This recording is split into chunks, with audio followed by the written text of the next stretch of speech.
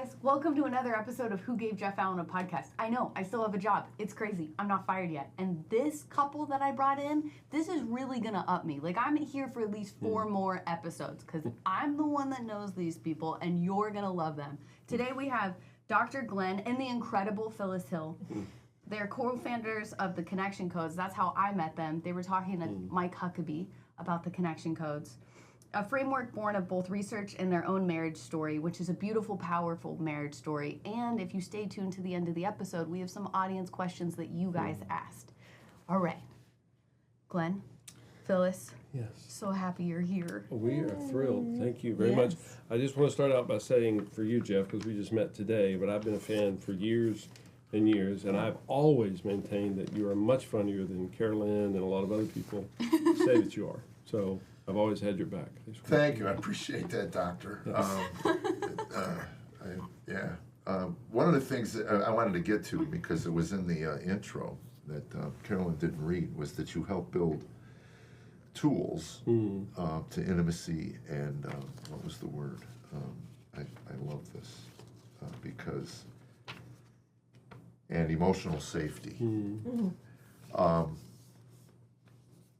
I guess the question is, what does healthy intimacy look like? And what does unsafe emotional? What's what does healthy intimacy look like?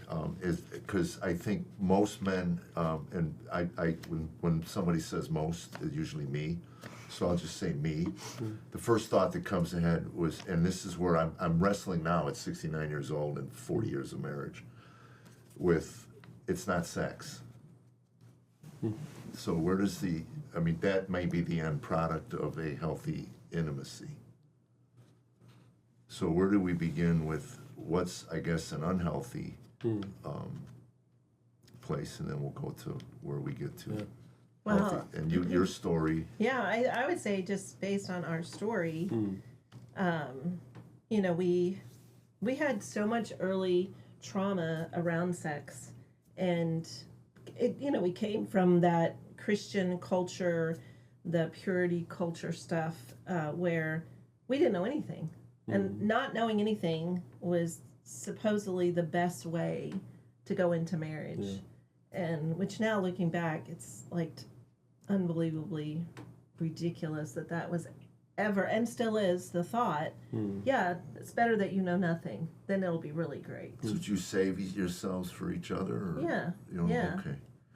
And it was just like, for me, like even right off the bat, our honeymoon, I was just like, this is horrible. Why would you save this? And why is everybody excited about this? And just for the record, it was the greatest 11 seconds of my life. I was going to say. Sure. In all fairness. Okay. Yeah. Okay. There was some redemption. Well, the nice thing about it is, if you look at it in reality, is, hey, babe, this is as bad as it gets. It's got to get better. That's true. Except I didn't know that. Right. He didn't say that, and I was kind of shell shocked and kind of just emotionally shut down and was like, oh, I don't want to do that again. And so it was such a bad start for us. And it's one of those topics where if nobody talks to you about it before you're married, who are you going to now all of a sudden go talk to? Yeah. It's like, and you also think that you're the only one. Oh, right. Everybody Absolutely. else, because you hear 100%. all these amazing stories. Yeah. And it's like, I'm the freak. Yeah, absolutely. I thought I was broken, so I claimed that right off the bat. Oh, I'm just broken, And then we slowly but surely came out of that and did start talking to people and actually found out, no, you're not broken. You just don't know what y'all are doing. And so, but there is a lot of really bad information out there where I think too, even in the Christian world, it's more like you are here as a woman to meet his needs, which is just BS, and that as though, men, women don't like sex, men do. Women want emotional safety, men want sex. And it's like, that is not true. No. We are both created to enjoy sex, but if you are taught the opposite of that, then you just find yourself spiraling like we were. And we thought the whole thing was, okay, if you can just get the sex part right, you're going to have phenomenal marriage. Well, so we worked on that for decades, and up to 15 seconds. Proud of you. no, much better than that. Much better than that. You know, much better. But then we realized that the emotional piece was missing on such a huge level. And I would say when Glenn went back to school, we had already, at that point we were married 25 years. Yeah, almost. Yeah. That it was like, you got to go figure this thing out. Like, we... Well, let me stop you here because something just came to me. I understand that. I wouldn't have maybe 10 years ago. But there was a time, Tammy and I were on vacation and we were making love. And afterwards she looked at me and she said, wow, you were here the whole time. Well, And first time in our marriage, we were married almost 30 years. And I go, what do you mean? She goes, well, to be honest with you, most times you just wow. go away. And when I thought about it, she said, you know, you're right. So trying to get that back, because now all of a sudden it became an intellectual exercise rather than just a natural connection with, but I don't think there's a man listening to this that's married that doesn't want to please their wife. That is like the goal. Yeah. That is the best thing in the world.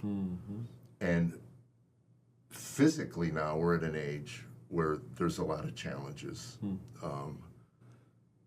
But that emotional connection, that's why I wanted to have you guys on, because I don't know how. Obviously, I think there's a way to figure that out. It just doesn't come to you. Yeah. So I didn't mean to interrupt, but I think that's, I just wanted to, I understand. Because she was so in tune. To me, never said anything. All those years. Well, you know, and then the one time you're there, she goes, wow, you were there the whole time. Jeff, that was wonderful. You know. Yeah. yeah. That's Well, huge. and just for the record, we did a lot of water skiing on our honeymoon because Phyllis figured out if we're on a boat with other people, none of that sex stuff is going to happen. Thank you for laughing at my pain. And we did. I mean, literally, we'd have breakfast, and I'd go, babe, you want to head back to the room? exactly. And she's like, I was going to go water skiing. We go water skiing. We come in for lunch. I'm like, hey, babe, you want to? She goes, no, I think I'm going to water ski. We have dinner, and I'm like, hey, what about that sex stuff? She's like, I'm exhausted. And I'm like, well, if you didn't water ski all day, you wouldn't be so tired. And so we were just completely lost. Yeah, but then you look at, you're fighting nothing because you have no information. Right. You're literally, this is reality. This is my life. It's easy to project, I would think. Is this it for the rest? What did I get into? Well, the only information she had was our first encounter on our wedding night. And so she's basing you know, the next day and the next day on that information, and I don't blame her because she's going, well, that was weird and stupid and physically and emotionally painful. So, and I'd convinced her of that. On our wedding night, I conveyed to her, not on purpose, not intentionally, I said, hey, babe, just so you know, sex equals pain. And so then the next day when I say, hey, you know that really painful thing we did yesterday? You want to do it again? And her psyche, again, she's not a cold-hearted person. Her psyche goes, no, I'd rather go water skiing because that's fun. So, again, we were just clueless. And so, you know, fast forward a quarter of a century before we really got a clue. I just admire her so much. I was a contractor for 20 plus years, not a very good one, but I worked hard and my children never went hungry. We were never homeless. But one day she said, babe, as hard as you work, we should be rich, and we're not rich, so you have to quit working. And I was like, I don't think that's going to help our finances. Let me do the math. No. She goes, no, I'll build a business. You just figure something out. And then we decided for me to go back to school. I'd been dabbling for many years in schooling. But that allowed me the freedom to double, triple time in school, but also to start doing research. And I basically just started from scratch and said, okay, what causes people to disconnect? Because 24 hours before our wedding, we were excited about happily ever after. We were like, this is going to be amazing. 48 hours after our wedding, we were like, oh, shoot, we just signed a 70-year contract. I didn't know how long 70 years was, but we were faith-based then. I love that, by the way, and I heard it on the, I was watching on another thing when you said, I never thought of marriage that way. You just signed a 70-year As contract. a 20-year-old, I was 20 years old. Yeah, you're going. How the heck long is 70 years? Till death do us part. I don't know. I mean, technically, if you believe what you vowed at the church, you just signed a 7-year contract, and on day one you're thinking, "What the heck did I get myself into?" Well, I figured out that when I was 90, although I was hoping to be sooner at that point. So it's like, I don't think I can do this for 70 years. So, when she made me quit working, she just gave me the freedom to figure it out. Because what caused these two, we're not idiots. We can tie our own shoes. Thank you very much. So what caused these two talented, intellectual, gifted people to show up on our wedding days on purpose, this was not an arranged marriage, and then lose each other instantly? That doesn't make sense. We're not that stupid. So what happened that caused us to move away from each other? And that was my quest, was to figure out what causes people to lose each other relationally. And we figured it out. We found it. And we now know, scientifically, what causes people to disconnect, which means, and just so you know, I'm the educated one, she's the smart one. I do all the hard work. She's the one that figures out what matters. And when I remember when I came home and I said, babe, I think I found it. I think I found the coding that is inside of us that causes us to disconnect from people in relationships and interactions. And she goes, well, yeah, but what causes people to connect? Because that kind of matters more than what. And I thought I'd done something great. And she's like, nobody cares what causes them to disconnect. They want to know how to connect. I was like, oh, yeah, shoot. I hadn't thought about that. But she was right, that's what matters. And then she said, what if you reverse all of the disconnection codes? Is that what causes people to connect, which is now what we reference as the connection codes? And she was correct. And it's amazing how doable it is. It's not easy, but it's pretty darn simple. Can you walk us through how the connection codes works and how the connection code would have helped that young couple that just, if they had the framework of the connection codes, like you wouldn't have been as good of a water skier. I'm sorry. But could you walk us through like that day and apply the connection codes to it? Yeah. Well, it would have started long before that day because we would have, and I'm conjecturing here, you never know what would have been, but there would have been a lot of fear for both of us, I think, going into it. I was completely uneducated. I never told her that I knew stuff about sex, but I didn't tell her I didn't. So we go into our, wedding night. She thinks, oh, he's got this. He's very well read and educated. I was 20. I love that. She just thought that I knew. She trusted me. And again, I never told her I knew, but I never told her that I didn't. So you're into fantasy. Well, I grew up on a farm, and I knew how, tab A went into slot B. So I was just like, I think I got this. And I had no idea. Was true. I was a city girl, so. Hey, don't worry, I grew up on a farm, all right? I got this, baby. That is a hot selling point. The next time I meet a guy. I have seen it done. I mean, up close and personal with cows. So anyway. Glenn, I don't think you're supposed to milk me. What are you doing? Anyway, so we just were clueless and missed so badly. And if we had been tuned in, as we mostly are now, then we would have recognized the fear that was happening for both of us. We would have recognized probably the shame. Well, before you even say all that, though, because your community may not even know what we're saying as far as what is this. Yeah, the what emotion are the tools? wheel. What are the connection codes? It's based on learning about emotion. And, for us, especially if your audience is a lot of faith-based people, it's kind of realizing most of us have not been taught that God designed us this way with a part of our brain that houses these emotions.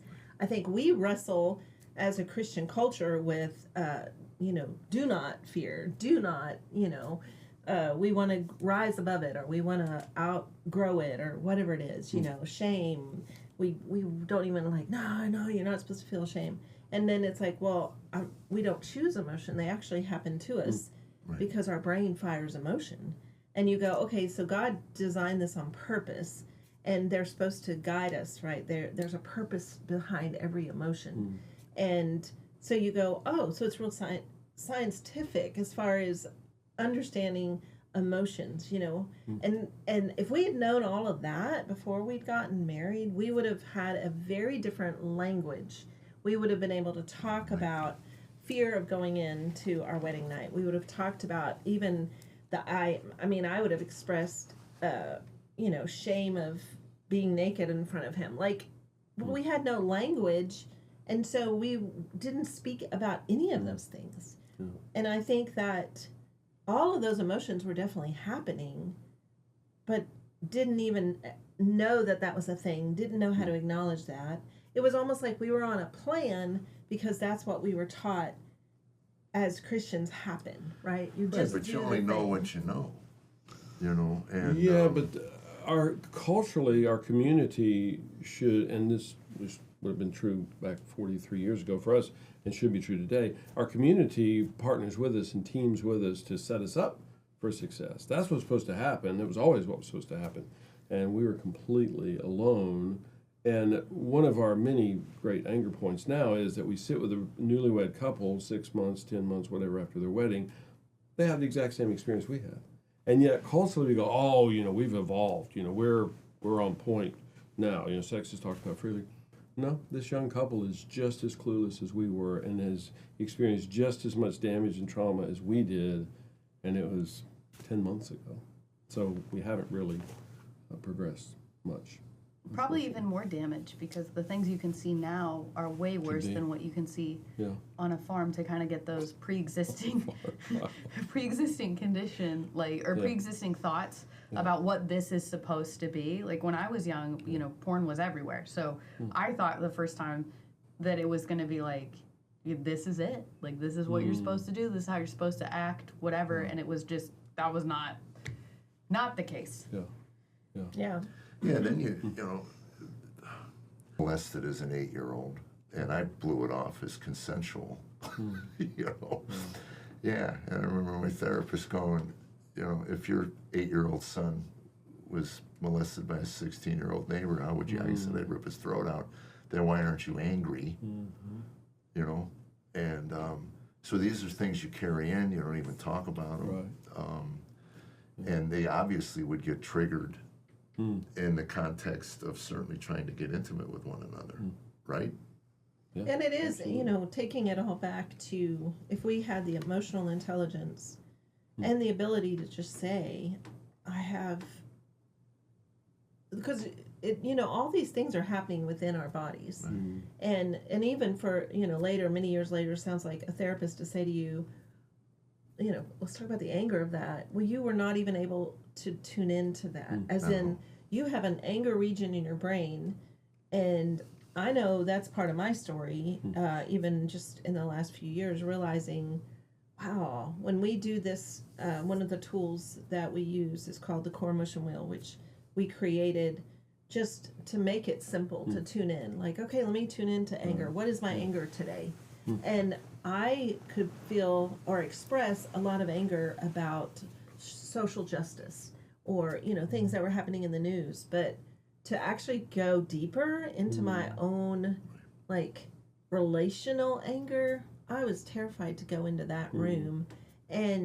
But I realized that your body is storing all this. If you're not getting it out, your body stores it, and it breaks down your body. It breaks down your immune system. It breaks down even relationally with the people around you, because you're building walls, because you don't know how to get there. You don't know how to express that anger. And for me, I just went on an anger journey and finally talked about it on our podcast long enough that I felt like, okay, I've got to now face it. Like, I've said it out loud, and I've got to look at what is it that I'm terrified of, and someone actually that we were interviewing. So the anger is connected to the fear.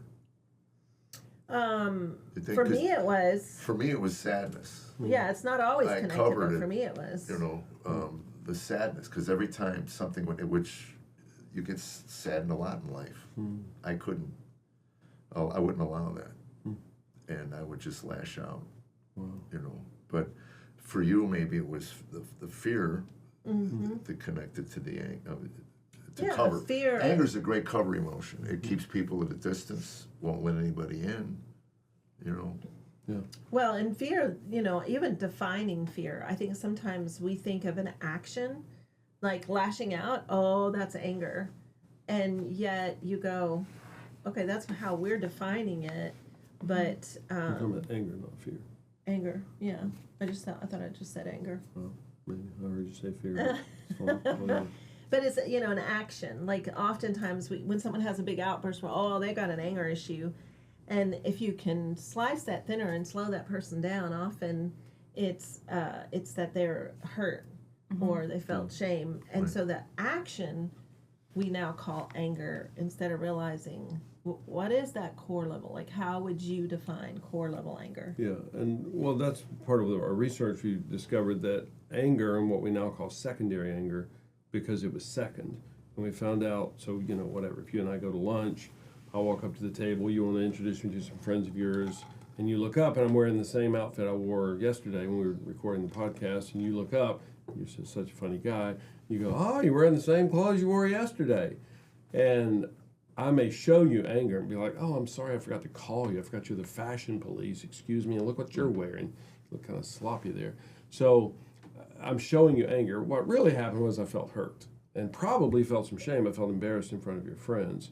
So on a brain scan, what we discovered was it actually shows that way. So, and it's microseconds, but if you freeze frame the brain scan, it literally would say pain, pain, pain, pain, anger, pain, anger, pain, anger. So the anger is built on top of the pain and is protecting me from the pain, because now you're a pain source because you're being unkind to me and you were really just being funny. But I didn't take it that way, because these guys you're going to introduce me to, I don't. So I feel the pain, I feel the shame. And so what I'm showing you is anger. If I'm a connection coder, I actually would say to you, dude, I felt some pain, I felt hurt whenever you said that. Well, we can bond through that. For me, revealing my authentic, vulnerable self, you're like, oh, wait, what happened? What was the hurt? What did I miss? I'm like, well, I don't know these guys. I felt some pain. I felt kind of embarrassed in front of them. And then you get me. Whereas if I'm showing you anger, the secondary anger, it's masking what's actually happening at the core, which is the pain, the hurt. And we don't bond through secondary anger. We bond through core emotions. Before I had read the connection codes and visited you guys and used the emotion wheel, like you were talking about your wedding night, how you had all of these feelings, but you didn't have the emotional intelligence. And it's like now all of a sudden I have this huge language to identify, because before it was just like, it wasn't even anger. It was just like, I am uncomfortable all of the time. And one of my favorite, I don't know if it was in one of our discussions or if it was in the book, but you talked about two things. One, you talked about how if like somebody cuts you off in traffic and it just like, and how it was really that act was taking a piece of your identity. And once I realized that I felt like my identity was being belittled and put down in just common day-to-day things, and be able to say, you know what, that not only did somebody cutting me off take some of my identity and make me feel unseen and unvalued, but also then I could identify, it's going to make me tear up, but then I could identify with the emotion wheel, like, oh, it makes me feel shame.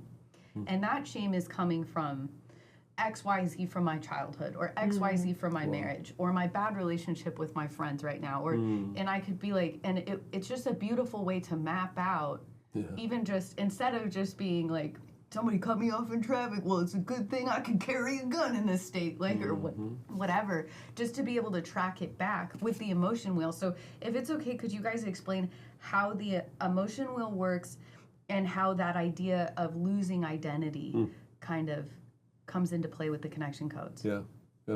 Well, we say identity is the number one fundamental, foundational, most pressing human need, because when I don't feel good about me, there's no telling how I'm going to behave in the next 20 seconds. I'm not talking about a year, next 10 seconds, next 20 seconds. That's what I used to say about the 2 commandments. Love your neighbors yourself. Well, unfortunately, most of us do. A lot of people do. Yeah. I actually preach that a lot on Sundays. It confuses people. Unfortunately, we do. We treat other people the same way we treat ourselves. Right. So, but to recognize that what's happening for me is I feel less than. In the back of the book, there's a section called Unspoken Words, And all of us hear unspoken words. And when you cut me off in traffic, the unspoken words I heard you say was that you're more important than me. I don't matter. I was at the four-way stop first, and this person, whoever she is, cut me off and said, you don't matter. You're irrelevant. What? It was a female woman. driver. Of course. Oh, okay. Of course. Yeah, but I heard that, Matt. You didn't say it. And again, for all I know, you're desperate because, you're going to help somebody in a dire situation. But I'm just what I'm experiencing, what I'm feeling in the moment. And if I don't know how to process through that, I might, follow behind you, blowing my horn, and, I might try to run you off the road. And when people lose identity, they get lit up. And there's no telling, and all of us are unique, but each of us is unique. But there's no telling how I'm going to behave in the next 5 minutes, 10 minutes. People do crazy things, really, really damaging things because they lost identity in the moment. So that's the identity piece, which I think is so significant for us to realize, and especially because I think, if I understand correctly, a lot of the audience is faith-based. What we have said to people is, no, your identity is in Christ. If you treat me poorly, and I feel awful by the way you treated me, and then Phyllis tells me, well, Jesus loves you, that doesn't change the fact that you treated me poorly. And I saw you in a restaurant and I spoke to you and you didn't even speak back to me. Like, you just ignored me. And Phyllis is going, Jesus loves you, Jesus loves you. I'm not questioning whether or not Jesus loves me. That has nothing to do with the fact. Jesus didn't ditch me in the restaurant. She acted like she had never seen me before. And I lost a sense of identity, a sense of identity that I mattered to her. Because obviously I don't, because you didn't even speak to me. I walked up to the table and said, hey, Carollynn, it's great to see you. And you didn't even respond to me. And that has nothing to do with whether or not God loves me. That has to do with our interaction. So it's important that people get that, because we've been telling people that for a long time, many generations, that no, your identity is in Christ. I know, that's true. I'm not questioning that. That relationship is unshakable, and it's completely solid forever and ever. Hallelujah, amen. But that has nothing to do with what I experience with Carollynn. Well, the layer behind that, because I grew up in that, as in, if you just, through prayer, through Bible study, through meditation, focus on the fact that Jesus loves you, you'll be able to take crap from everyone else in your life, and you'll be able to just love them. And that is just not human. And God never even intended it for us to just live that way. And so, like the example Glenn just gave, if he saw you in a restaurant and you didn't, you ignored him or intentionally turned your back on him and he lost identity, his humanness would be, well, I don't need to try to pursue that relationship anymore. I'm not going to text her again, or I'm not going to, fine. That's it. Our relationship's over, and you protect yourself from that.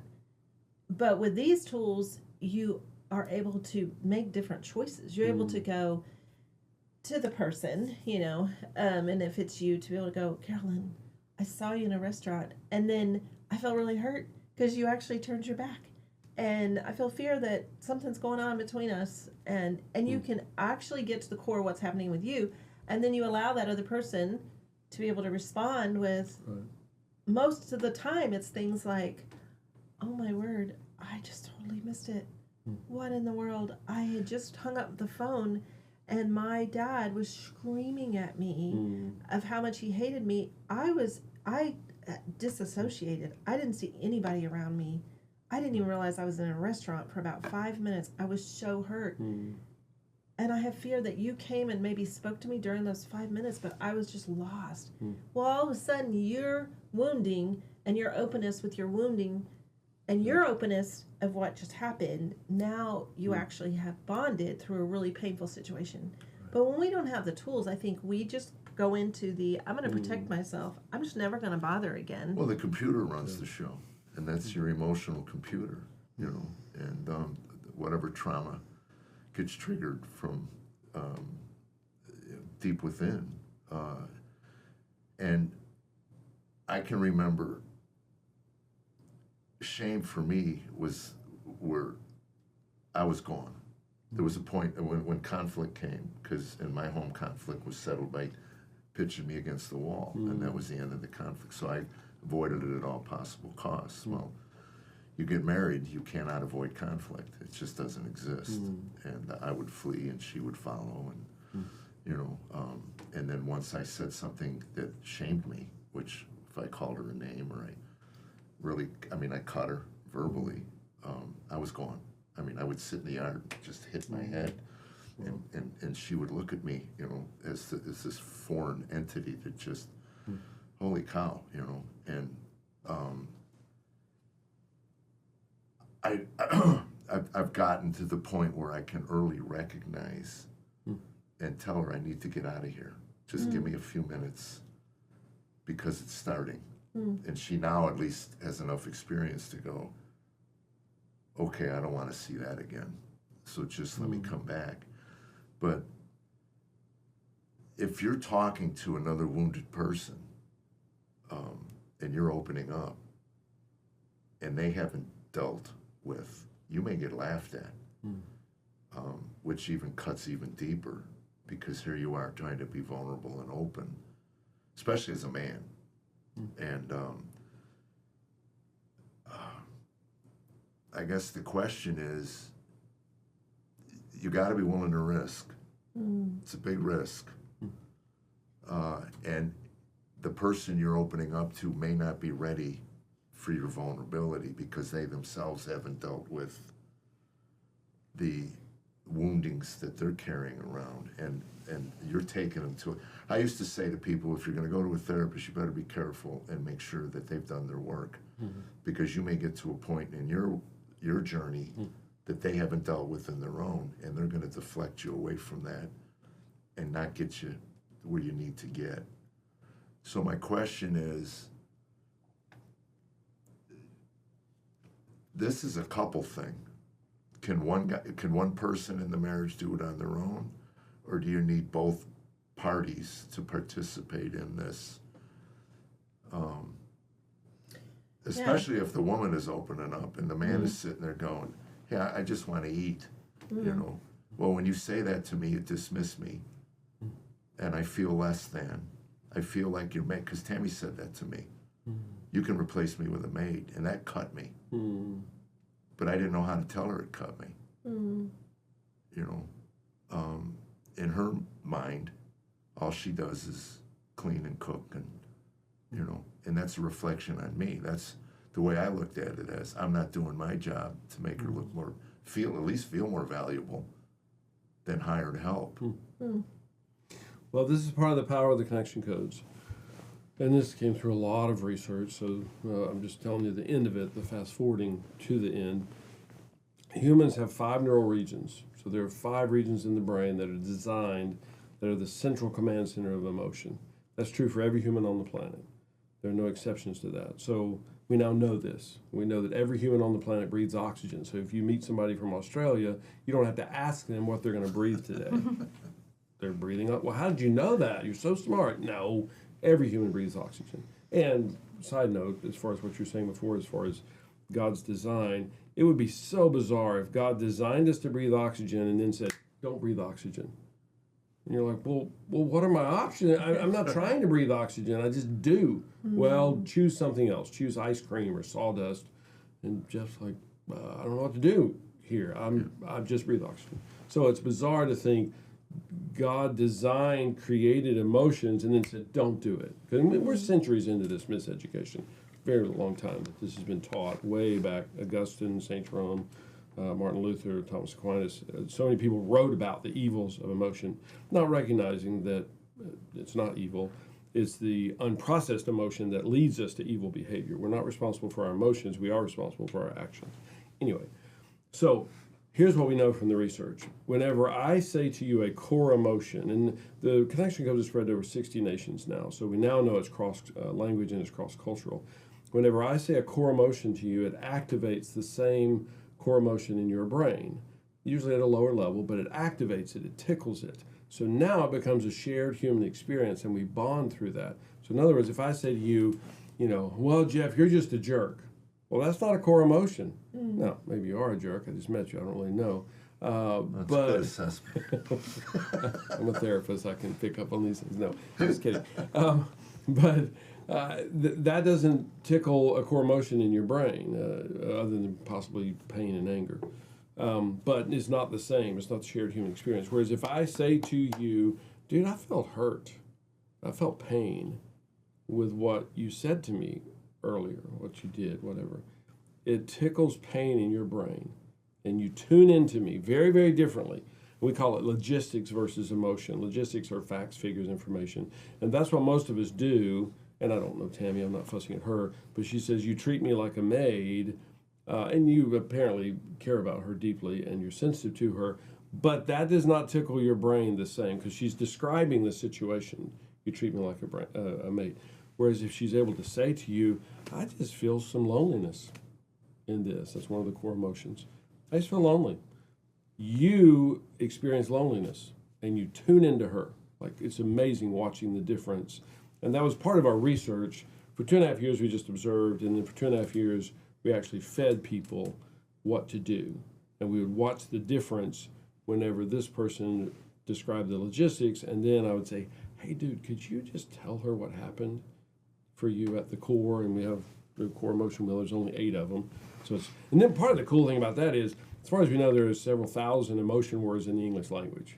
Go memorize that list. You can't do it. You can learn 8. And if you put hurt, sad, and lonely into just the pain region, now you're only down to 6.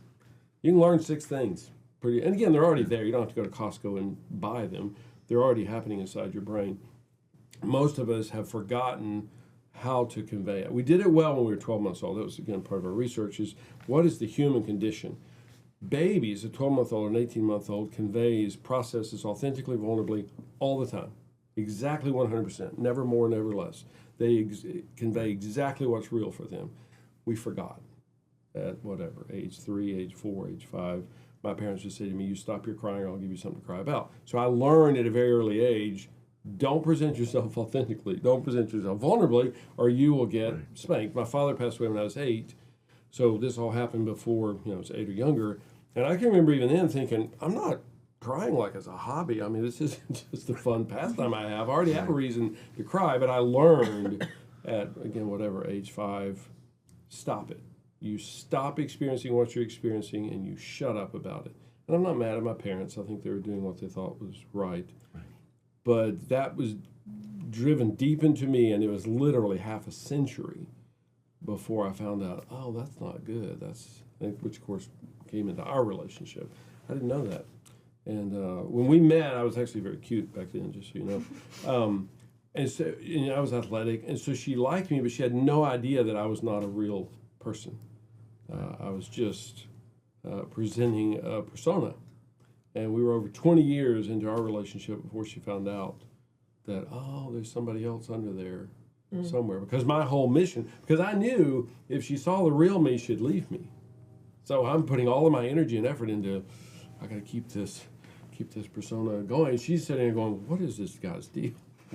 This is bizarre. He's just weird as can be. Because she didn't see the real me, because she didn't see the real me because I didn't show it to her. I was making a lot of effort not to show it to her. So when I convey core emotions, she hears me.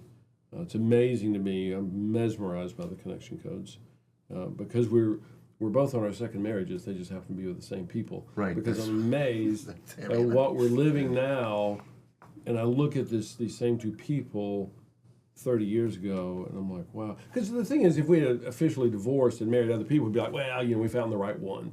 I was married to this girl called Phyllis, and she was the wrong one, and Phyllis was married to this guy called Glenn, he was the wrong one. No, we're the same. And I get it, we evolve and develop as humans, but we're the same people, but now we have the tools. We know how to do, and so we rarely ever disconnect. It blows my mind, because we used to disconnect 3 times before breakfast. Every day. We just lived disconnected. Can you expand on disconnecting for the audience? Like just an example of how you would disconnect? Because I feel like when you were talking about Tammy and the intimacy and just being able to say, this is how this makes me feel, and then buy your box of Cheerios, your ooze, which we'll talk about, and take a beat and catch up. And so, example of disconnecting, and then how you now connect before breakfast. Yeah, this is my theory. This is just my theory. There's no scientific stuff behind this, but I put 3 categories: disconnect, conflict, and tension. I just made this up. Disconnect is where I don't want to be with her. I don't want to be in the same room with her. I'm so, wounded, pissed off, where I don't even want to be with her. I used to say to her, babe, I feel like I have a metal box in my chest and you're a magnet. And I'm drawn to you, but the closer I get to you, it feels like my chest is going to explode and my guts are going to splatter on the wall. So I wanted to be with her. I've always cared about her since the day I met her, but I couldn't stand being with her.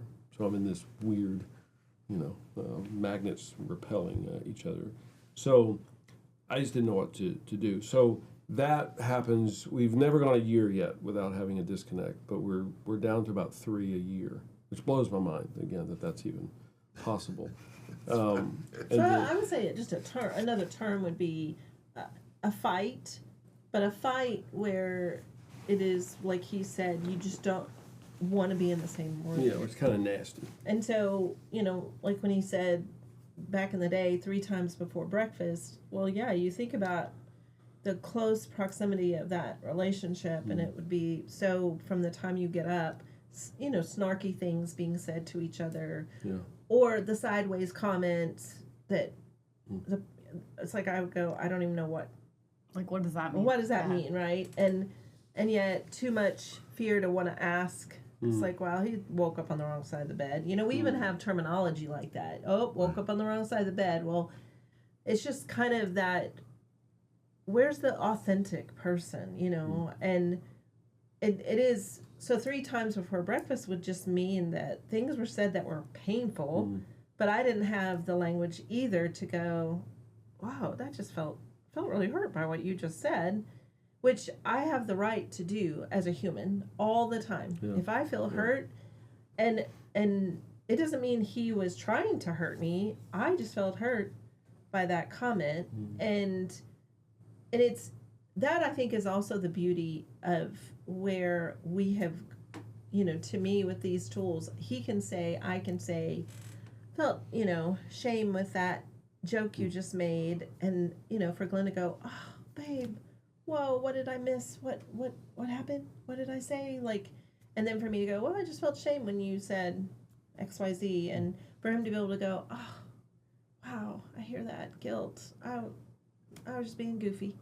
And it's like, we get back right there, and we're back together. Versus if I hear something and I get hurt and I don't say anything, it just adds up. Right. It goes into that category of another wounding.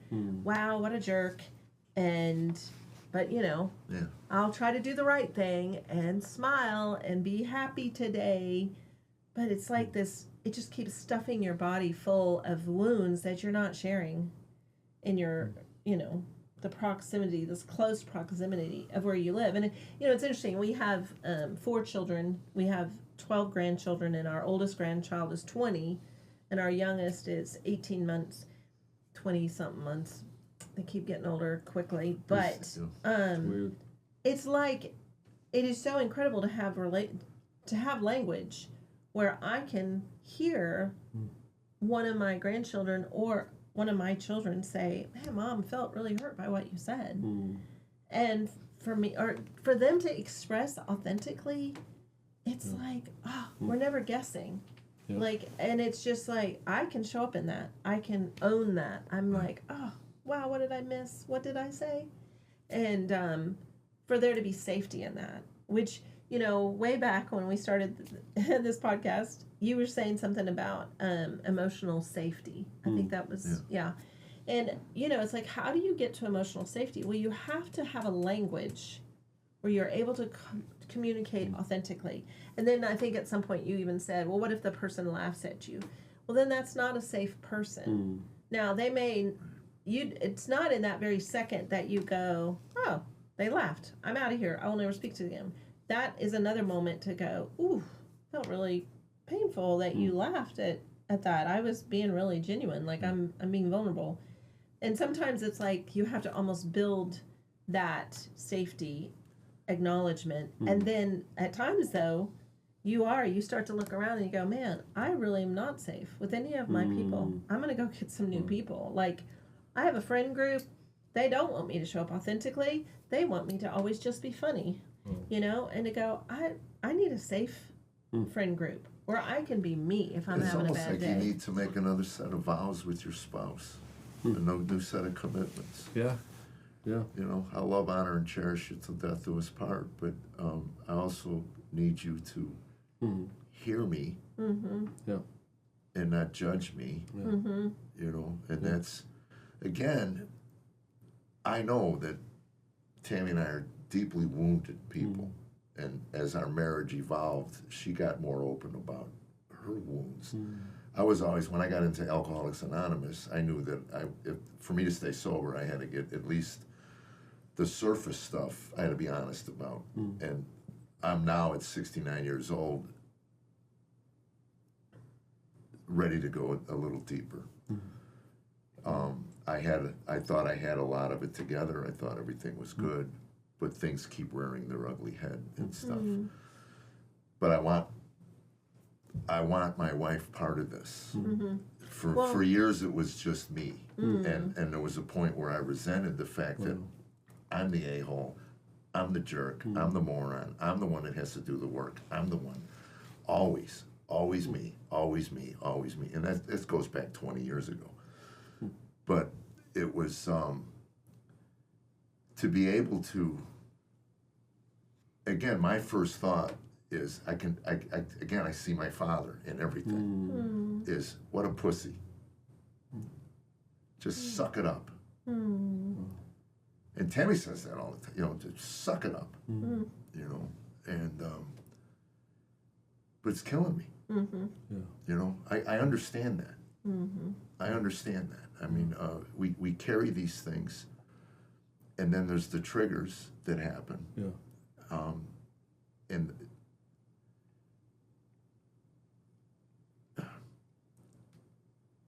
I used to be full of rage. And then there was a point where I thought I stuffed it so deep that took its toll. And then I'm better because of my relationship with Christ. But the naivete was that, well, now that I'm together, then I shouldn't.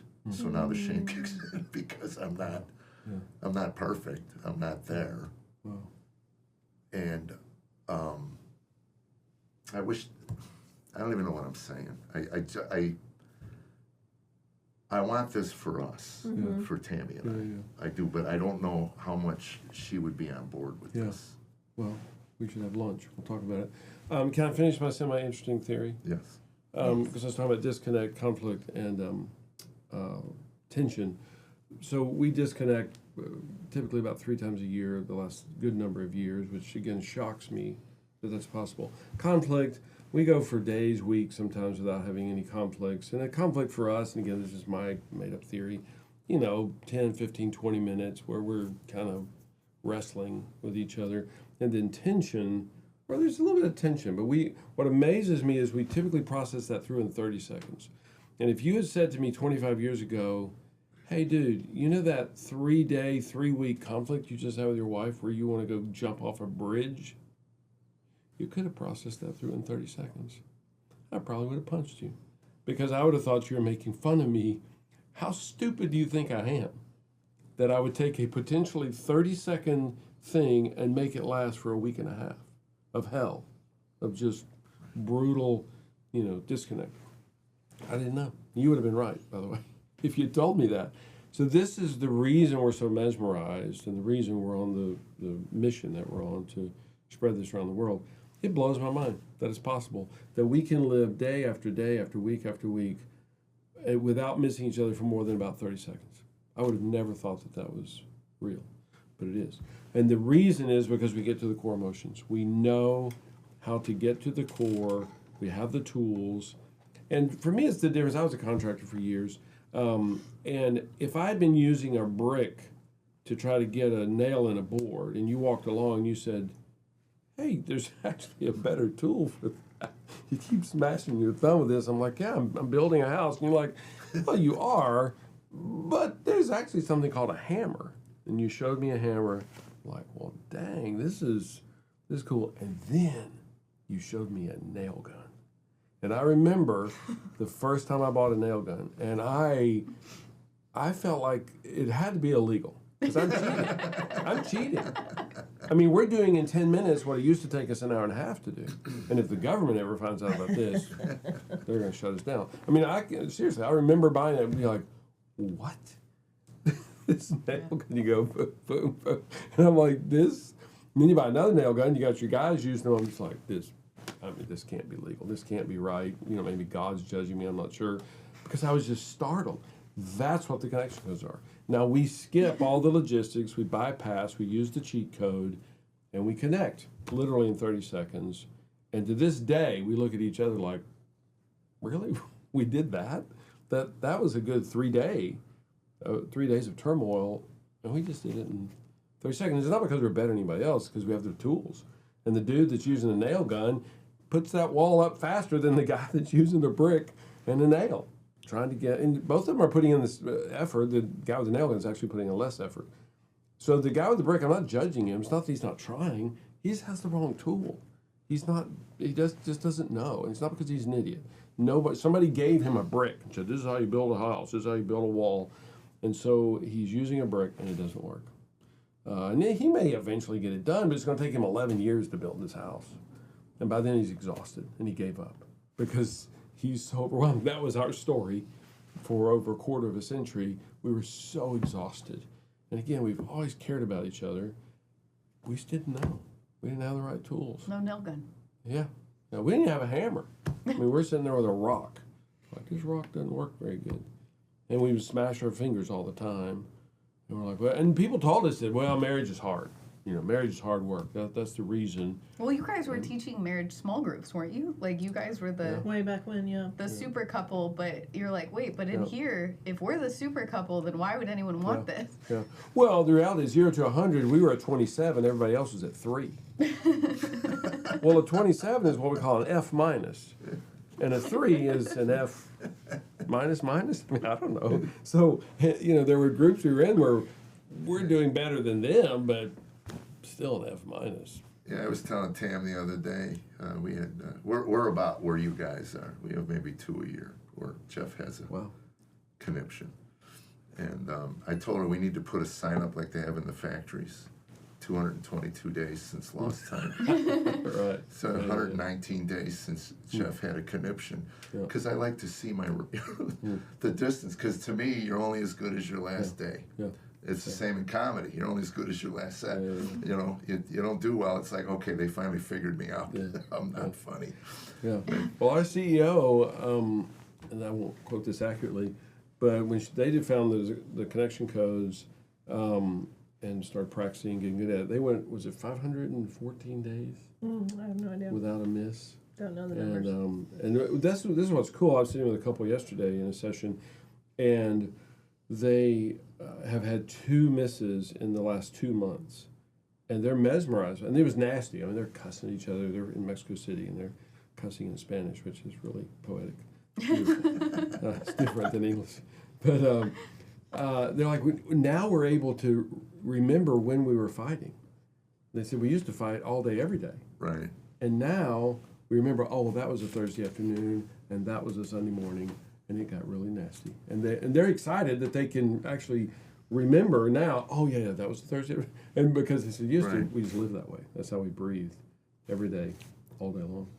I want to circle back to what you were saying, because we do have a lot of people that find the connection codes and start using it on their own and have incredible results and self-discovery, and they start using the language before their spouse ever even has any interest whatsoever or has any desire to show up in this, and sometimes it's because of past woundings, but not always. Sometimes it's like, hey, that's your journey and go for it, but I'm not reading that book, I'm not listening to that podcast, I have no interest in that.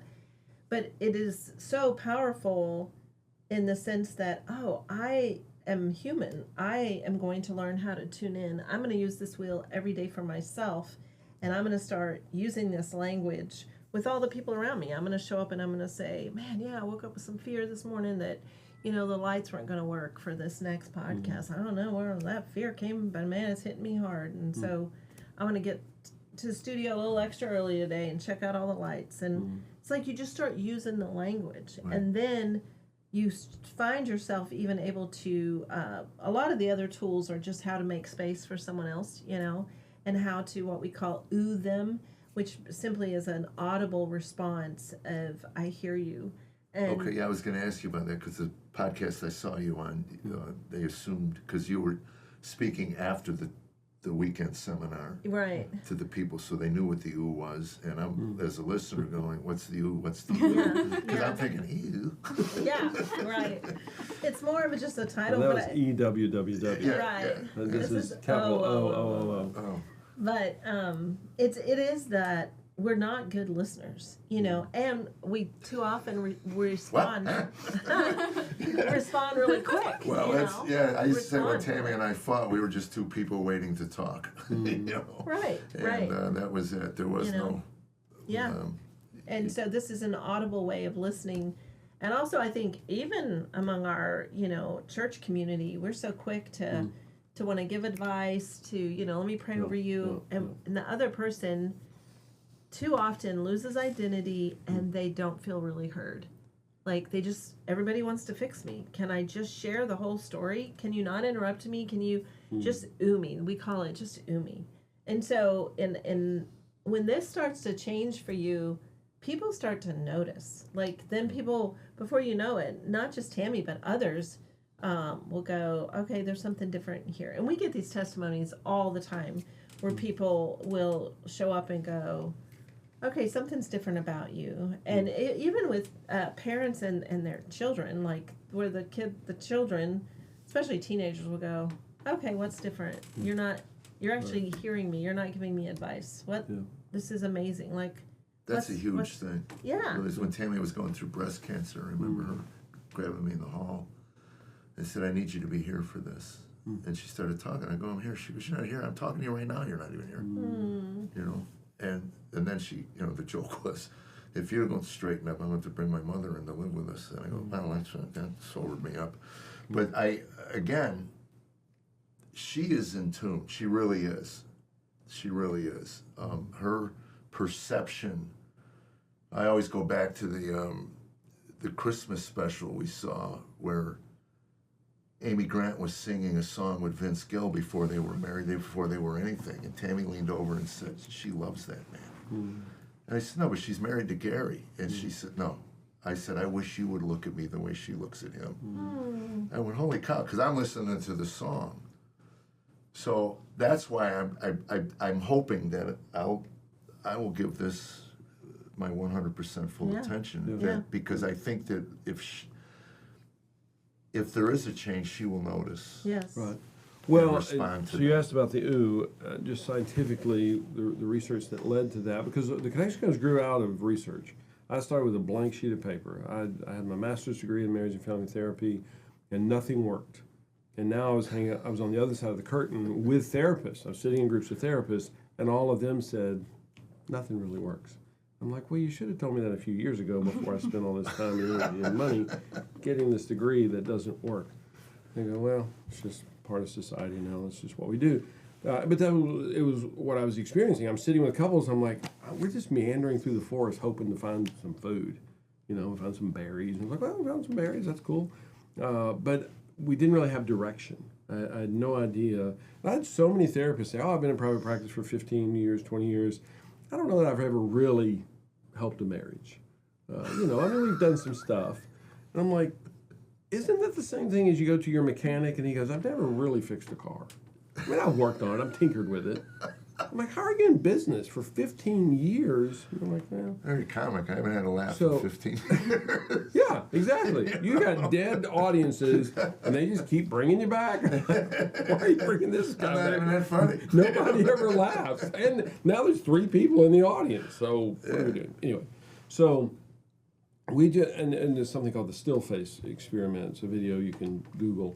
And what we observed in this and many other settings is when someone's audible, it tickles the pleasure center of the other person. When they're silent, it tickles the pain center of the other person. Now, you may be totally listening. I may be hanging on every word you're saying, but if I'm staring at you and I'm silent, you're about 15, 20 seconds in before you start thinking, where did he go? He left his body behind, but is he still here? And it's interesting, we were in Mexico City, Jonathan Hernandez was translating, which is a weird experience for me because I talk fast and a lot. And so I talked about the ooh, and then I'd say a sentence, he would translate a sentence. Well, then he goes on for paragraphs, and I'm like, Spanish is not that complicated. And it was so cool, and I never thought about this before. I love learning new things about the connection, because he said, think about if you're on the phone, and you're talking to somebody, and they go silent on you. You're about 20 seconds in before you go, are you still there? Did the call get dropped? We have to be audible on the phone. Well, we're supposed to be audible in person. And if you do this with a baby, again, a lot of our research is going back looking at the human condition. What do babies do? If you walk into a room with a 12-month-old, and you're totally silent, they get lit up. And see, she just oohed me. And when she oohs me, it tickles the pleasure center of my brain, and I'm just like, okay, she's with me. She's my friend. She's safe for me. Now, she's always my friend, but if she's silent, I get overwhelmed pretty quickly. I can walk in the room, and she's a very busy woman. She's perpetual motion. And I'll go, hey, babe. And if she doesn't respond, I feel like I'm falling. I'm like, oh, my gosh, she did. She's in the middle of a text with somebody in Europe. But if she does not grunt or something, it just has to be audible. I Terrible get lost word choice. pretty quickly. She can grunt. I like her. I'll take that. So anyway, the ooh is just something audible. Doesn't have to be a literal ooh. It's a label, but it's something that the other person hears. And again, if you watch the still face experiment, you'll see that the mom at the beginning is audible, and then the mom goes silent. And the baby, about 20 seconds in, loses her mind. She's a 12-month-old. It's painful to watch. Yeah. And ends up hysterical. It's like, wait, the mom's not punching you. The mom's not screaming at you. The mom's not taking your food away. And this is your mom. She's the one that brought you into the world and kept you alive for a year. You should just be grateful. And that's what we tell people all the time. You should be grateful. Well, that has nothing to do with what's happening right now. Carolynn's sharing with me, I'm dead silent. And you can tell her all day long, well, just be grateful. She doesn't care. She's losing identity. She's losing the sense that she matters to me. And 30 seconds in, Carolynn's like, I don't even want to talk to you anymore because Glenn's totally silent. I'm not a bad person, but if I'm silent. So that's our first tool that we teach, is learning how to ooh, learning how to be audible with the other. There are so many tools. We talk about the core emotion wheel because it's a great place to start. Just to kind of tap in and learn, okay, I have emotions. For me, part of our story is that I said that Glenn has enough emotions for both of us. I don't do emotions. And I chose work. I was very task-oriented. And we believed that was true for many years. Yeah, I just believed I could opt out. Like, choose joy and then you're good. And nothing else. There's no reason for the rest of them. And